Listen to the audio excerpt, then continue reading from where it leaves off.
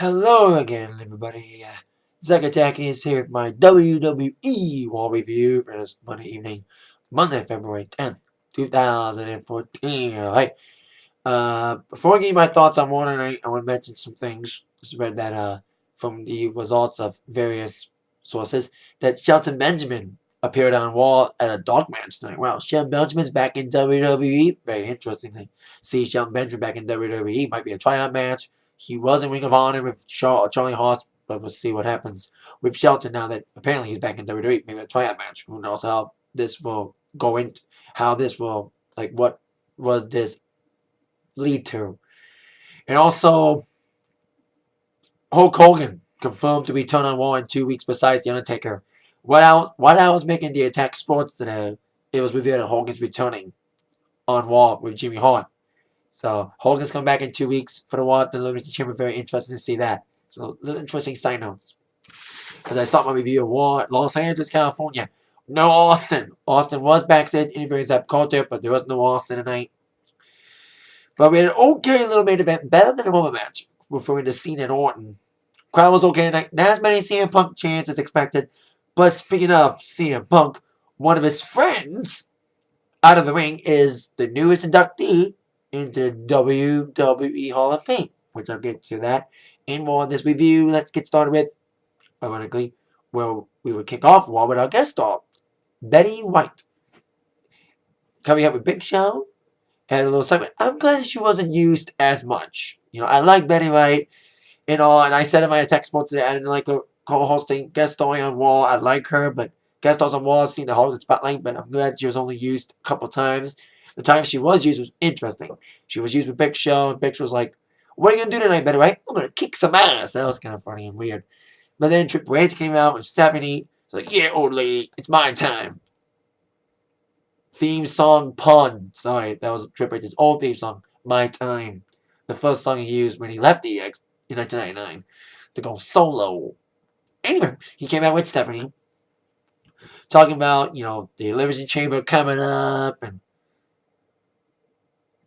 what happened last week with D-Boy being considered as the new face of WWE after being Randy Orton last week. And here comes the current face of WWE, Randy Orton, talking about blah, blah, blah, blah, blah, complaining once again about his matches, but he was like, "I want to apologize to you for complaining like a bitch for the last couple weeks. Like, I should do to you what you do to me, blah, blah, blah, blah, blah, blah, blah." So as Orton was trying to apologize to Triple H and all that, trying to say from the heart, here comes D-Boy, Daniel Bryan.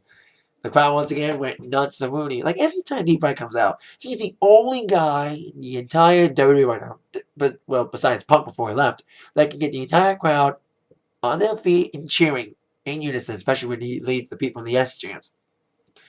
And he's like, "Orton, you think you are the heart and soul of WWE?" That's what Orton said. "You're a different body part." I think it's funny before that Orton's a pussy. And Stephanie's like, "Well, we don't like you two interrupting us. You gotta make an appointment with us through our director of operations." Well, they said Kane, that director, was not on Raw tonight because he had a week leave, a forced leave, after he got involved in D-Boy's match against Randy Orton last week. But as we would see later on, that 1 week leave may or may not happen. May not be happening. So D-Boy kept getting in Orton's face, saying that indeed he is ready to beat up and trying to kiss up the Authority. D-Boy mentioned all about RKO. Well, he didn't mention RKO and Stephanie because that's TVPG WWE for you. He mentioned that Orton did kiss Stephanie during Triple H's feud with Orton 5 years ago during WrestleMania 2025. And it's ironic that these four people would collide in the ring, especially if it was in that building, Staples Center, where Randy Orton beat Daniel Bryan. Daniel Bryan got screwed by Triple H when Orton cashed in Money to Bank at SummerSlam when this whole debacle started. So there you go. And Triple H didn't like D-Bryan interrupting, so D-Bryan got the night off. A lot of fans were not happy about that. They were saying no unanimously. I thought they were going to chant more during the Orton Cena match, like they did in the Rumble match. And that's why you saw a lot of promos trying to hype up Cena and Orton match because everyone was like, "Remember the Rumble. Remember how the Rumble sucked." They're trying to like take away from that Rumble match because Rumble match sucked with a lot of fan booing. But thankfully, during the main event, the crowd didn't kind of ruin the match though. They weren't as vocal as the Pittsburgh crowd at the Rumble match that night. let's kick off with some action. 6-man tag action. We got Goldust and Cody Rhodes teaming up Rey Mysterio against the Wyatts. Of course, Warren, Hopper, and Bray Wyatt. And of course, the high-flying team of Goldust and Mysterio and Cody, specifically Goldust and Cody, wanted to prove a point, trying to get back on their winning ways, following losing the tag titles to the New Age Outlaws 2 weeks ago at the Rumble, and also losing a decent steel cage match last week against the Outlaws. Cody kind of recovering from an injury at the failed, where he kind of connected the moonsault and landed kind of gingerly on that little leg there. But indeed, despite the fast and furious moves of Mysterio and of course Goldust and Cody, Goldust getting a decent pop from LA crowd. Of course, the Wyatt family, basically like every other match with Wyatt, like no matter who the Wyatts wrestle with, it's D-Bry. The other guys will carry the match, especially the fast guys like Mysterio, Cody Rhodes, and Goldust will carry the match against the Wyatts because they're more athletic and they can move a lot better than the Wyatts, who are just big, bulky, and just beat people up like a Goldberg or a Ryback. So there you go. And I did like the ending. The ending was kind of interesting. Rey Mysterio came in the House of Fire after Goldust got his butt whipped. And tagged in Rey Mysterio, got the hot tag in, decent little 6-man tag. Like I said, I like the ending of Mysterio. Trying to go for a double 619. But Bray Wyatt, who was in that setup, got out of it. Tripped up Mysterio, banged up Mysterio a bit. People were flying. The bodies were flying all over the place. But my favorite was when Rey Mysterio was going for the 619 again on Harper after setting it up. Bray Wyatt got back in the ring. And as Mysterio was running up to the ropes to do the 619, Bray Wyatt caught him in midair. Bam! Nailed the Sister Abigail. That was a sick ending. 1-2-3 victory for the Wyatt family. I just liked that ending. But Rey Mysterio basically running into a Sister Abigail. That was a fun little ending. And then Bray Wyatt had one of his little widows again, making fun of the Shield, heading towards their match at the Elimination Chamber pay-per-view, saying that they're just toy soldiers, leading a pawn and whatever in a war they cannot win, blah, blah, blah, blah, blah. And as we would see later on, Wyatts and Shield will kind of try to confront each other later on in the evening. Speaking of the Shield, we had a segment involving the Shield following that matchup. And I love the interaction between Roman Reigns and Dean Ambrose. Like we've been seeing a little bit of tension in the Shield, trying to unite against the Wyatts, but personal jealousy got through during their interview segment when Renee Young kind of questioned Dean Ambrose not defending the U.S. Championship in a while. They even questioned that last week. I questioned that myself. But why Ambrose has not been defending. And Roman Reigns kind of called him out, bitched him out saying, what kind of champion are you? Like, kind of making fun for not defending a championship in a while. So the Ambrose is like, you know what? You think I don't defend this enough? I'm going to defend it tonight. Open challenge tonight. I thought Roman Reigns was going to accept the open challenge. But indeed, it wasn't Roman Reigns, as we would see. Our next matchup involving Fandango. Scalamoose, Alien doing the Fandango. Of course, with Summer Rae taking on Santino Marella. One-on-one match, though the girls were at the side. Emma came with Santino. God, that segment was pointless last week. That stupid segment when Emma debuted. God, it was a weak debut. That segment, the dance segment. I said it last week in my Raw review. That was pointless and stupid.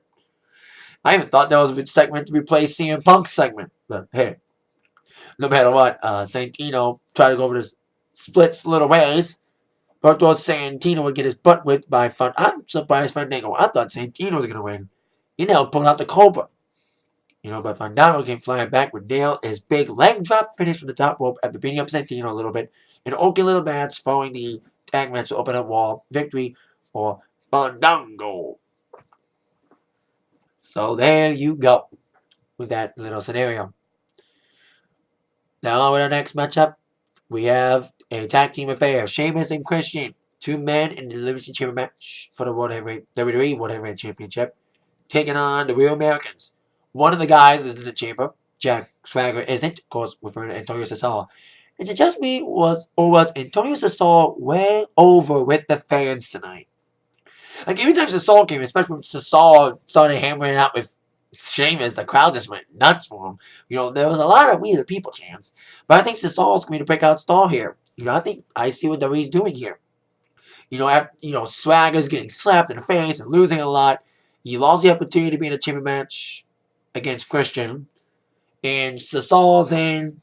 I think they could be leading up to a breakup, especially the way the fans were really cheering for Cesaro, like really cheering him on. Especially when they did a big uppercut, and especially when they did hook the swing on Sheamus. The crowd just went nuts when he was setting up for the swing. So Cesaro looked very good tonight, especially the crowd got him over tonight. But it was Swagger who would unfortunately, once again, be the loser for this team. That's one thing that he's doing. They're building up a possible breakup. A lot of tag teams are breaking up right now. Primetime players are breaking up. That's sad. They broke up. I bet you they forced them to break up. I don't think it was storyline. Storyline-wise, they broke up. I don't think they chose to break up. I think they were kind of forced them to break up because they were too over, I think. Because I think Primetime players were a good tag team. That could happen to Real Americans. They could break up. Especially the way the fans acted towards us all tonight. So Swagger would come in, try to get the win for his team. He did have the perfect lockout at one point. He did deliver the Swagger bomb with a double team stomp from Cesaro. Because Swagger beat a lamb, fed to the slaughter, as he would eventually lose with the roll kick move from Cesaro's opponent at the Chamber. Sheamus with a 1-2-3 victory for Sheamus and Christian. That was when Sheamus and Christian were getting booed. When one of those two affairs up against Cesaro in this match, people cheered Cesaro and booed the opponent against Cesaro when Cesaro wasn't there. Especially the boy Christian, Like I said, the crowd was very into Cesaro tonight. Could be a teaser, like I said, for Cesaro turning on Swagger, especially with Swagger being a loser, especially losing again tonight in this tag match, could lead to Cesaro breaking out. We could see that breakout at the Elimination Chamber match with a good performance. Now, I want to mention Cena did a promo tonight. Of course, Cena will be our next segment, interview segment. It was a very interesting promo. Like, Cena's like, me and Owen tonight, we end this feud. And then I see the future of WWE. I'm kind of happy he addressed it, especially the way the fans have been chanting for D-Bry and, booing him and Orton, especially at the Rumble, like I mentioned. And he's like, to all you guys in the future, to all you guys who want to take this spot, you got to go through me. On backstage terms, that means either you're going to take my spot, yeah, why? I'm Super Cena. You can't stop me. I'm the most liked superstar on Twitter and Facebook. That's what he said tonight. Did you know tonight? That's like I said, backstage terms of what Cena said tonight was, you think you can take my spot? Yeah, why? I'm going to bury you. Like I said before, he's faster than Rey Mysterio. More powerful than a Big Show. Able to bury careers in a single bound, the most hated superstar in the WWE today. Super Cena. So there you go. Let's see how Cena does tonight. Now, I forgot to mention something during the match involving Santino and Fandango. Once again, for the second week in a row, Miz came out. Coming out with a headset, once again complaining that he wasn't on Raw again this week. Well, like I said, it's a build-up for a possible tag team involving him and Dolph Ziggler. And we would see Ziggler wrestle tonight, and Miz didn't. Because these two superstars are frustrated about how they're being handled right now, how they're being booked. I'm liking the build-up. And I think these two would be a great tag team. Because like I said, they got a lot to be angry about. And we've seen Miz like this before. He's been frustrated about how he's been underutilized when he had this team with R-Truth a couple of years back. So it's kind of like the same scenario this time, but it's with Swagger taking over, not Swagger, but Ziggler taking over for R-Truth. So I would love to see this build up more, especially tonight with Dolph Ziggler. Great effort, though, but once again got squashed by Del Rio. It's going to be big ammunition for Dolph Ziggler when he does align himself with Miz when they finally do join up. We've been seeing the build up with Swagger. Not Swagger, I keep saying Swagger. That Ziggler did a promo on WWE app that kind of started this whole thing. Speaking of WWE app, there was a promo during the app tonight during the match, which I'll get to. But then, of course, got Miz interrupting everything. And kind of frustrated too. It's going to be, like I said, a build up for these two to team up. And I'm very interested to see that team. So Ziggler got his butt whipped again. Sad to see that. Especially, once again, like the Cesaro match, the crowd was very over Dolph Ziggler. You know, like I said, they like Dolph Ziggler. Not as much as D-Boy, but still, Ziggler should get a bigger push. But like I said, I'm looking forward to see how he does with Miz when they're frustrated about things. So after Ziggler gets butlered again by Alberto Del Rio, I thought he was going to do the cross-arm breaker after a big move, a big kick that set up the pin and the win. I thought he was going to go to cross-arm breaker to get the win, but he got a pin. But he would try to submit Ziggler after the match. And then Batista came out, kind of angry after the little confrontation last week. Came out, beat up on Cesaro Del Rio. Del Rio, Batista bombed through the table. Now, I said it last week, it was going to be last week's match segment, and this week's segment was going to probably lead to a match at Elimination Chamber. It is official now. Batista Del Rio is official after Batista bumped into Triple H backstage following the Batista bomb the Del Rio in the ring. On the table, should I say, outside the ring. This match should be like, okay, in the Chamber match. Del Rio could carry the match, but we'll see what kind of momentum. I think Batista could win this match. Like I said, he needs all the momentum he can get heading towards the WrestleMania when he faces on the winner of the Chamber match for the championship. Now, before we get to our next matchup, I'd like to mention, I mentioned at the beginning of the video, we have a new name, a third name mentioned for the class of 2014 WWE Hall of Fame.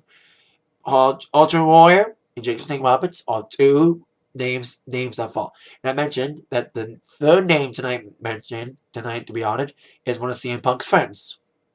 Amy Dumas, otherwise known as Lita, going to WWE Hall of Fame this year. I think this could be a hell of a class. You know, WWE knows that this is WrestleMania 30, and they got to really get a good class going. You know, they got Lita in, who deserves it. You know, last year you saw Trish get inducted last year. You know, one of the two best divas in the Attitude Era. The other one being Lita. Now Lita gets a rightful place. Lita, if I'm correct, I think she's the 6th diva to be inducted in the WWE Hall of Fame. Moolah was the first. Sherry was second. That was 2006. Mae Young was in like 2009, 2010. 2011 was Sunny. Then we had Randy Richter that same year.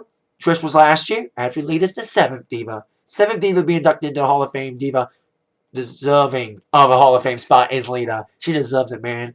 She is what's missing in WWE. A diva who's good looking and can wrestle. And who knows, maybe WWE may finally induct something. Since WWE's trying to make up for lost time and induct a lot of people. Paul Bearer could be next. And somebody else should be next. Randy Savage, who they chanted tonight. And I love the guy's costume. There was like fan dressed up like Randy Savage tonight. That a sign that said still 1988. Yeah, and someone dressed up like Elizabeth too. That's kind of a fun little costume there. But I want a next matchup involving Axel. Ryback and Curtis Axel. Axel. I meant to say Axel. Axel. Taking on the Usos. New Age Outlaws came out to the ring. But Billy Gunn wasn't feeling a little well. I think they were trying to prank Betty White. Because Betty White's got a TV show. The Off Their Rockers show. The old people prank show. And they're having a tea party. I think they were trying to give Betty White diarrhea or something. But Betty White switched the cups around and Billy Gunn was getting the stomach stuff. So as New Age Outlaws was commentating during the Usos Ryback match, Billy Gunn kind of felt a little queasy after Betty White switched his cup around. And Ryback did try to take over the match, especially when Ryback got in the ring and started playing around with one of the Usos. Jay coming in. And then, of course, the other Uso got the hot tag and following the domination from Ryback. Ryback's all okay potential, but it's Ryback in a team, you know?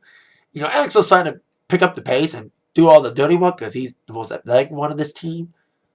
You know, he is the son of Mr. Perfect at the wall. Anyway, Usos got him with the hot tag. I like this ending as well as this blind tag was the best blind tag besides the blind tag that involved the Wyatt's match tonight. That set up the great finish with Damon Rey Mysterio and Goldust and Cody Rhodes. But this blind tag was kind of a cool move as well. Jimmy was flying to the ring, flying outside the ring. He kind of blind tagged his brother. He didn't blind tag him, but he tagged his brother in midair as he was flying over the top rope. And that was a cool little tag. They would set up the finish with Jimmy getting the big splash, following that mid-air tag and a 1-2-3 victory for the Usos. And Usos been challenging New Age Outlaws to a title match. The New Age Outlaws did say on a commentary that if they were to win this match tonight, Usos win this match against Ryback, so they could grant him a title shot. And they were kind of being teased by the Usos part of the matchup. I think it'll be an Elimination Chamber pay-per-view. But probably, it should not be pre-game. WWE Tag Team titles was the pre-game of the Royal Rumble pay-per-view. Should not be pre-game again. So it should be a match at the pay-per-view. Usos against New Age Outlaws. That would be very interesting to see that match. I would love to see that match. Because I like both these teams. I love New Age Outlaws and Usos. It'll be a very intriguing matchup between these two teams if this match does end up happening at the Elimination Chamber pay-per-view. Now on the next matchup, the Open Challenge for the United States Championship. Dean Ambrose. I thought it was going to be Roman Reigns. It wasn't. It was the returning Mark Henry. He was, of course, hinted to be, he was already announced to return tonight, but we didn't know in what capacity. Where he would, like I said, accept the Open Challenge, and Ambrose was like, trying to back up. He's like, I didn't sign up for this. I didn't challenge. I didn't know Mark Henry was going to accept my challenge. Well, accepting challenges, Mark Henry would be like, that's what I do! Accept challenges. I just wish there was a lot of, they were trying to do the sexual chocolate chance. You can discover that in the WWE Network. Cheap plug there. Michael Cole messed up on that, saying that WWE 1 week trial happens right now, but I knew that you can sign up for that 1 week trial on the day the network launches, February 24th. Stupid head. And they're making fun of him all night. Speaking of botches.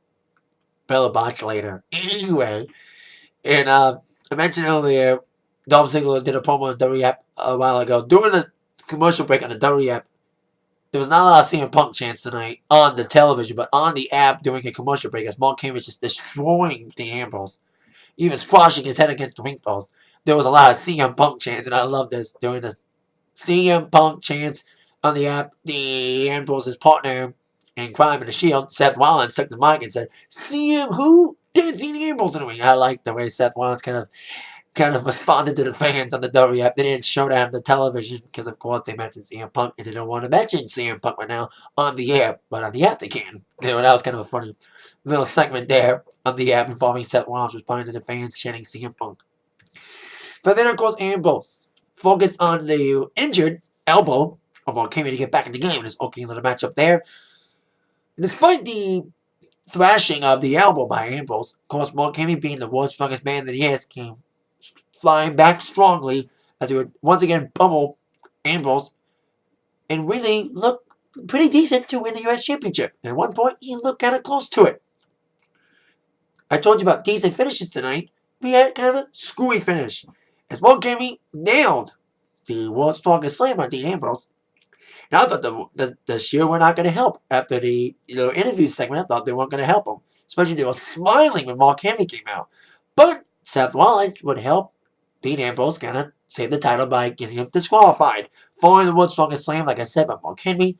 Mark Henry had the pin, but right before the pin went to 3, Rollins came in, beat up on Mark Henry. Like I said, causing disqualification. And then as they took out Mark Henry and tried to run out of dodge before any further damage from Mark Henry, Shield went out through the crowd. And then the Wyatt's music hit. And I said after the Wyatt's match tonight that there would be a little bit of a confrontational tease. So Wyatt would come out, they would stand on the ramp, and Shield was still in the entranceway, not the entrance, back entranceway of the crowd, going through the crowd as Wyatt's music hits. They were standing outside the crowd in the barricade. And then all of a sudden, they like, Roman Reigns kind of led the charge. He climbed down the barricade, walking back to the ring, and the others followed. And the crowd was just intense. They were like intense during this whole segment. As both teams were trying to. I love the way they built this up, teasing this confrontation. As one team would lead the way from one side, the other would follow, and both teams would eventually climb on top of the climb on the sides of the ring. Like here's the Wyatts on this side and Shield on that side of the ring, and the crowd was just, yes, yes, because we thought we were going to get a showdown, a little bit of a teaser, a little bit of a preview of Elimination Chamber. But they were kind of teasing us. As both factions were facing across each other on each side of the ring there, on the turnbuckles there, they're kind of teasing, especially with Roman Reigns trying to lead the pack to, come on, boys, bring it on. And then Bray Wyatt would step off, the crowd kind of booed, and they didn't get into any physical confrontation tonight. But that build-up was kind of intense. but it didn't pay off to anything. Anywho, on with a little matchup. Next matchup after the little teaser from the Wyatts and the Shield. But we will get that match. Wyatts and Shield at an Elimination Chamber. Like, we're not going to fight for free. You got to pay to see it. Especially if it be the last pay-per-view you can pay $55 for before you pay for the WWE Network for $10 a month for all the pay-per-views. Not a cheap plug for the network. Anyway, our next matchup. Cameron. Of course, Naomi still recovering from her eye incident. And a big hit from Oksana last week. And it was a really vicious hit that Naomi's out for a few weeks. That may have stopped plans for a possible AJ-Naomi match at the Elimination Chamber pay-per-view. Maybe Mania. Anywho, Naomi would team up with the Bella Twins against AJ Lee, Tamina, and Oksana. It was kind of a botch in the matchup. Apparently, Bella Twins were trying to copy the Hardys, trying to do the little poetry motion. And you can tell they fucked up because not only did they bleep a swear word, but they kind of botched the move. Like, you can tell it was botched, man. Here's the Bella, and the other Bella was trying to do it. She's like, she kind of tripped. She kind of fucked up in that little double team. They kind of fucked up. So, like I said, they kind of botched their little move there. But despite the botch, they would get the victory after Cameron would nail the go by. Kind of a sloppy match. Like, once again, like all the Divas matches, sloppy. Especially with that botch from the Bella Twins. So, despite that, the Bellas and Naomi would get the victories. But like I said, with Naomi delivering the go by for the victory. So, there you go. Now, on with the main event of the evening. Before that, we would have Kane come out. Like I said, Kane was said by the authority to be on a 1-week leave after his actions on D-Bry last week. But Kane's like, I accept the punishment. It was I came out under my notions. I wasn't sent out there by the authority to interfere in the D-Bry Orton match. I came out under my own account to interfere. And then, as Kane was talking, here comes D-Bry. And D-Bry, after being given a night off by Triple H, he would run down the ring, beat up on Kane, and did a flying move, even tossed Kane off the top of the barricade, beating up on Kane, getting revenge after Kane got involved in the match, like I said last week. Kane-Bryan match, per se? Maybe not. Maybe Mania. Not the Chamber, like I said, D-Bry. If he does not win the championship at Mania, at the Chamber match, which I'll be upset if he doesn't win the championship at the Elimination Chamber, kind of make up for getting screwed lately, especially being that Wall was in the building they got screwed at the first time. SummerSlam at the Staples Center. He could feud against Kane or Triple H now that Punk's gone. The D-Bry could be the one feuding with the Authority now, since that Punk was the one feuding with the Authority until he walked out. So D-Bry could take his spot. Not just his spot of being the most popular superstar in WWE, but take Punk's spot in this feud against the Authority. Now on with this match, John Cena against Randy Orton. Main event tonight. Now, like I said earlier, the match, the fans didn't boo it as bad as they did the woman match. The crowd wasn't as vocal as they were in Pittsburgh during the matchup. The match was a little bit more interesting than the woman match, but still, not that much of an improvement between this and the woman match. So we would see Super Cena and Orton in action here. And it was kind of, like I said, okay, entertaining. Like I said, better than the woman match, but not that big of an improvement, as both guys were fighting tooth and nail in this matchup, trying to gain momentum for the Chamber match and trying to end this feud. I thought someone was going to get involved. It kind of be another silly ending. But and I love this part. Like, they were still kind of booing because both guys did like the boo, yeah, punch moves. But both guys were getting booed. So, like I said, they were getting booed, but not as booed badly as they did in Pittsburgh. So, we would later see Cena, like I said, fight Tiffany nail, even by the announce table, it got fixed. And I kind of saw, I thought the finish was going to happen midway towards when Cena tried to go for a big move and got power slammed by Orton. They were trying to be exciting. I thought this ending was going to happen. I kind of predicted this almost right on this. When Cena was down after a power slam by Orton, actually after the DDT by Orton on the top rope, I was kind of sensing this ending was going to happen. That Orton was going to set up for the punt to Cena. Cena was going to get back up, avoid a punt, after Orton 1-2-3 victory. Well, that kind of almost happened, but not exactly like I intended, like I thought. Cena would avoid the punt by Orton, try to counter with the FU, but instead of FU and Orton to counter with the RKO. in the pin and the kick out. Like, both guys did the finishers at one point. Like, Cena did the FU once, and Orton did the LKO once, and both guys kicked out of each other's moves.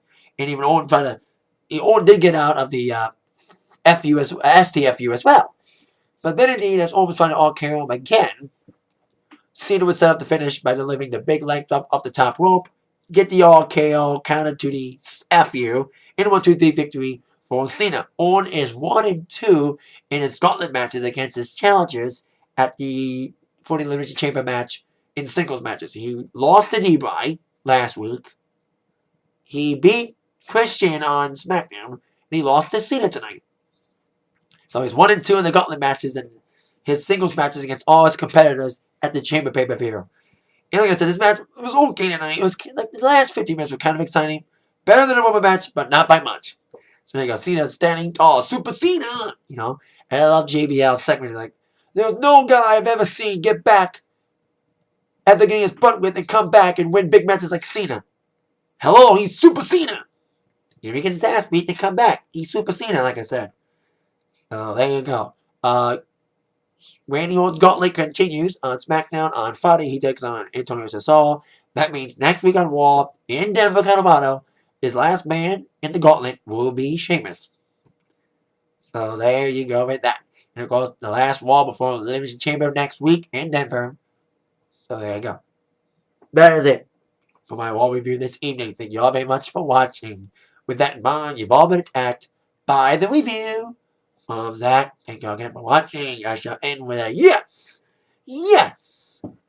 Yes!